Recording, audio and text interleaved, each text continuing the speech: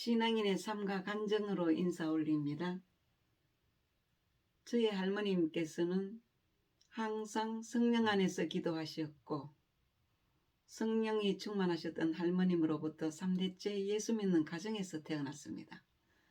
제가 5, 6세 때의 그 시대에는 6.25 사변이 일어난 직후이기 때문에 마땅히 예배 드릴 처소가 없었습니다.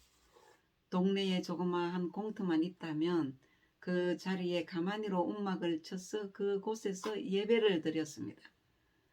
어린 시절부터 가마니로 움막을 친 교회에 가서 예배를 드릴 때 바람이 불면 문짝으로 달아놓은 가마니가 펄럭거리는 것을 보면서 예배를 드렸습니다. 어느덧 세월이 지나 성인이 되었을 때 저는 주님을 떠나게 되었지요. 세상에 나가서 신앙이 없는 육신적인 삶을 오랜 세월 동안 살면서 한동안 점 보는 집에 가서 점을 보기도 했습니다.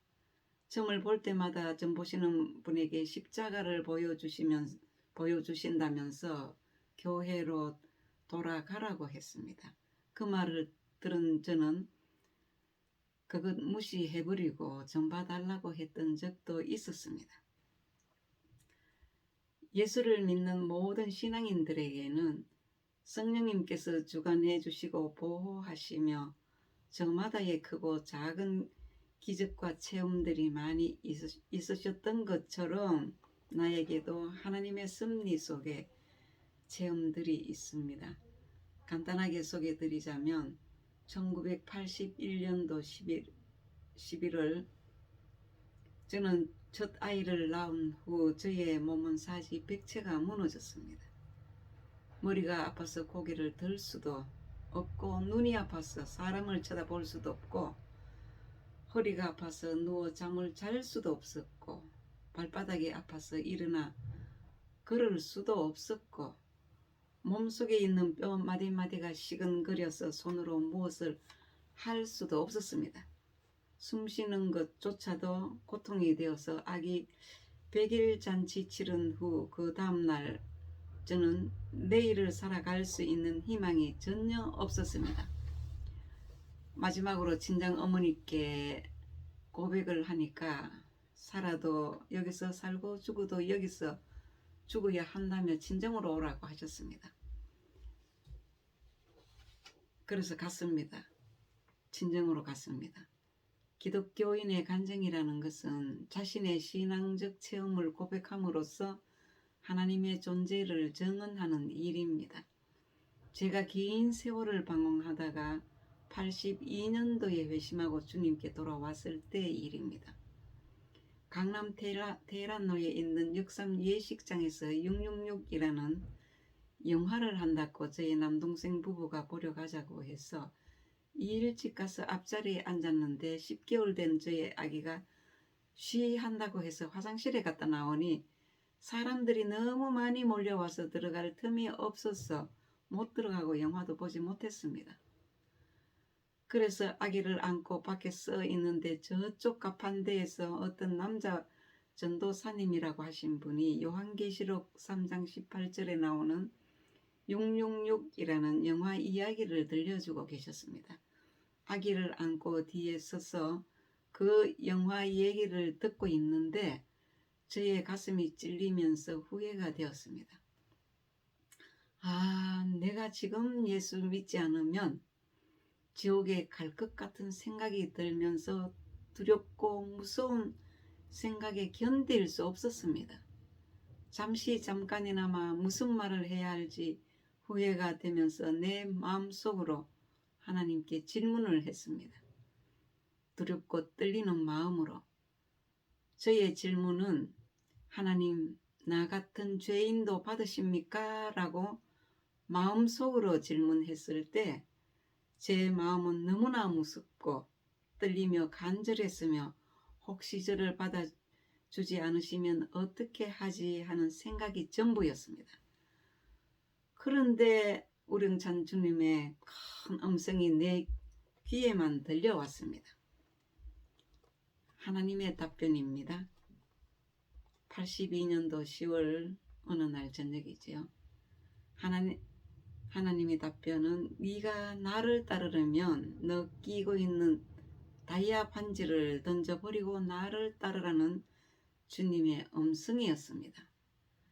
저는 이 말씀을 듣는 순간 지금까지의 잘못 살아온 삶을 1%도 남기지 않고 다 지워버리고 오직 주님만이 나의 구세주로 삼겠다고 다짐했습니다. 제가 보석 중에 다이아 반지를 제일 좋아했습니다. 참 역설적이었으나 이 말씀을 받았을 때 너무너무 기뻤습니다. 온 세상을 가진 자처럼 힘이 되어서 한없는 눈물로 답변을 드렸습니다. 그날 이후부터 예언의 말씀을 주셨는데 하늘 문이 열려져 감당할 수 없었습니다. 깊은 물속에서 둥둥 떠다니며 헤엄을 치듯이 오늘에 이르기까지 변함없이 주님의 사랑에 잠기고 있습니다. 그러나 현실은 너무 힘들었습니다. 내 삶이 오늘 제로에서부터 시작하면서 말씀과 기도로서 믿음의 길에 들어섰을 때 정말 험난하고 고통이 따르며 생활이 말로 표현할 수 없었던 것이 현실이었습니다. 저는 몸이 아파서 생활이 되는 일을 할 수 없었어요. 또 잠을 잘 수 있는 곳과 밥 3끼 먹는 것이 해결되지 않는 현실에서 죽을 만큼 힘들었을 때 내일부터는 꼭 일을 해야 된다고 생각만 하면 그 밤에 일을 하려 나가는 꿈입니다. 그렇다고 제가 매일 이런 생각은 하지 않습니다. 신학 공부 중이니까 견디어 보다가 몇 년에 한 번씩 죽을 만큼 어려울 때 돈 버는 일을 생각했습니다. 꿈에 어디로 일을 하러 가느냐 하면 큰 가서원이었는데 사과나무 밭이에요. 아름드린 나무가 끝이 보이지 않았습니다. 같은 꿈을 3번 꿈을 꾸었던 장소 중에 첫 번째 꿈은 일하려고 찾아간 곳이 큰 사과밭 농장이었습니다. 마당에서는 그 집에 하인들이 남자 여자 10여 명이 넘는 하인들이 흰옷을 입고 마당을 쓸고 있었습니다. 여자들은 옛날 광목 면천으로 되어 있는 흰 치마 저고리를 입었고 남자들은 같은 광목으로 바지 저고리를 입었고 이마에는 흰 수건을 두르고 마당을 쓸고 있었고 여자들은 마당에 있는 장독대에서 각자의 일을 하고 있는 모습을 보면서 저의 모습이 너무나 초라하게 느껴졌습니다. 하인들이 어떻게 왔느냐고 물었습니다. 일하러 왔다고 말했습니다. 그때 저쪽에서 창문을 열고 안방 마님이 누가 왔느냐고 물으시니 하인들이 일하러 왔다고 합니다 하니 이리로 들어오라고 하셨습니다. 주인 마님이 안방을 보여주시면서 너는 다른 것 아무것도 하지 말고 안방 청소만 하면 된다고 말씀하셨습니다. 이 말을 들은 하인들이 마당에 모여서 주님 마님에게 그럴 수 없습니다. 우리는 오랜 세월 동안 이 집에서 일을 해왔는데 우리에게는 한 번도 안방 청소를 시키신 일이 없었습니다. 그런데 처음 온 사람에게 안방 청소를 맡기는 것은 절대 안 됩니다. 라고 항의하는 것을 보았습니다. 불평불만으로 가득 차 있는 하인들에게 주인 마님은 내 마음인데 너희들이 왜 불평하느냐고 꾸짖었습니다. 그러자 꿈이 끝났습니다. 첫 번째 꿈에는 저에게 안방을 맡기시는 꿈이었습니다. 안방을 맡기는 것은 농장도 다 맡기는 것 아니겠습니까? 지금 생각해보니 농장을 맡기시려고 10여 년이 걸린 것 같습니다. 그래서 하인들이 아우성이었습니다. 영적으로 안방은 사람의 마음을 뜻합니다. 두 번째, 세 번째 꿈도 같은 내용으로 이어집니다. 꿈속에서 이번에 가서 일을 하게 되면 며칠 동안 있어야 된다고 생각하면서 캐리어 가방을 끌고 그 농장으로 가서 안방 주인을 만나려고 마루에 들어서는데 안방에서 큰 소리가 들렸습니다. 안방에는 주인 친척과 문중 여러 사람들이 모여서 회의를 하였습니다. 무슨 말들이 저렇게 큰 소리로 회의를 하는가 들어보니까 이 큰 농장을 알지도 못하는 여자에게 맡기는 것은 절대 안 된다고 떠드는 소리를 듣고 있을 때 농장밭 주인은 한결같이 맡겨도 된다는 것이었습니다. 그러면 우리가 친척들이 찬성 반대로 결정을 하자고 제의를 했습니다. 이 꿈이 똑같은 내용으로 세 번째 일이었습니다. 결국은 찬성 50, 반대 50여로 회의는 부결되었습니다. 이 꿈을 꾸었던 때가 1996년도에서 아마 2005년도까지 꾸었습니다. 확실히 잘 모르겠습니다만 그 후 저는 이 꿈을 잊어버리고 있었습니다. 꿈 해석을 할 수 없어서 말입니다. 1993년도에 신학교에 갔습니다. 제가 만난 주님께서는 저의 20여 년 전 일입니다. 제가 다니던 신학교 교수님께서 전주에 있는 수양산 기도원에서 부흥 집회를 하셨습니다. 그때 저와 신학교 선배 김 목사님과 사모님이 함께 동행하였습니다.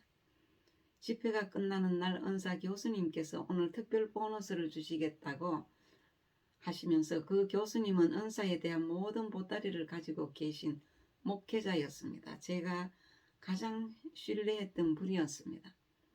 오늘 보너스를 주신다고 해서 저는 제 일생에 대한 것들을 간절히 알고자 사모했습니다. 제가 궁금했던 것은 내가 진짜 하나님께서 부르신 종인지 종이 아닌지, 또한 나에게는 어떤 사역을 맡기셨는지 제일 궁금했습니다.